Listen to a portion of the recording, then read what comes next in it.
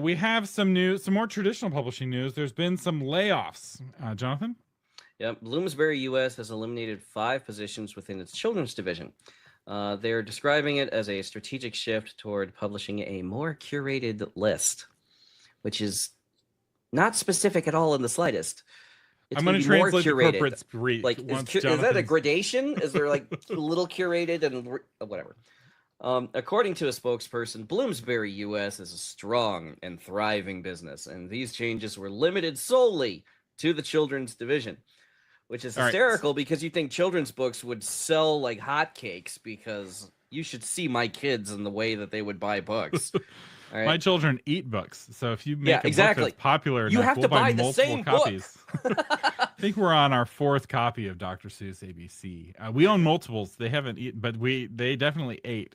They chewed through the first several copies we owned. So I'm starting to, because we've been covering like layoffs at traditional publishers quite a bit, and these stories are all going to sound the same if we're not careful. And so what I'm starting to do now is my own research, checking out the publisher and basically doing a marketing audit of the publisher. So I did that for Bloomsbury.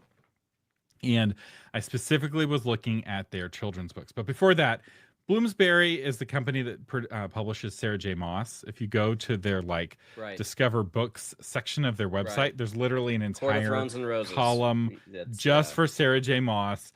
And so Court of Thorns and Roses is one of the hottest selling books of last year. Basically, this one book and this one author, because that book has sequels, is not single-handedly propping up the company, but it is the source of most of their revenue. So I'm not talking about Sarah J. Maas's books here. I just looked at their children's books, and I pulled up the first book on their website, and it had 1 review on Amazon. I was like, oh, and it had been out for over a month. So that's not very good. So pulled up the next one. Good.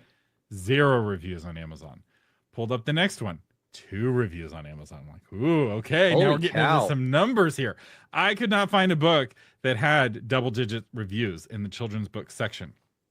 Also, many of these books didn't even exist in print, which is an indication the publisher knew that they were dogs. And they were all, without exception, super woke. So they were the kind of covers that me as a parent buying books for my children would not even look at. I would not. They're so full of virtue signaling, left-leaning virtue signaling, that I would not trust the content of any of those books. And so part of what's happened here is that they are just out of sync with the zeitgeist. So they're a UK publisher, and the UK leans left of the United States. This is in the US division of the UK publisher, though, and which is where the layoffs are. And so if you're a foreign, because I know we have a very international audience, you'll need to realize the United States elected Donald Trump by the popular vote. So if you want to understand American readers, you need to understand that Trump is still very popular here. In fact, a lot of people are even more excited about Trump now than they were in November. They're saying he's the best president he's ever presidented. I'm not saying it's a golden age, but I am saying that maybe it's an orange age. It's the new orange age of America. Okay. So Bloomsbury is very out of step with that. And there's also like 5 employees running a division that's publishing books that are underperforming your typical indie book.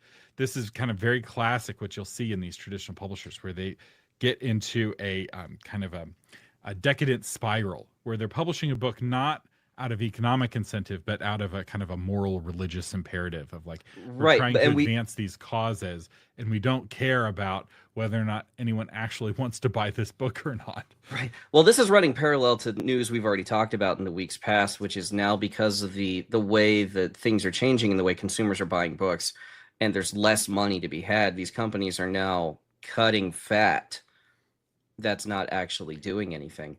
So, I mean, if you're telling me that a children's book doesn't have a physical copy, I don't even know any children who read ebooks. Like, they don't read children's books on tablets. So you imagine the market for a children's ebook. You're trying to target the kind of parent who is willing to put a tablet into the hands of their children, but also wants them to read books on that tablet rather than playing Candy Crush or whatever on the tablet. So that does exist.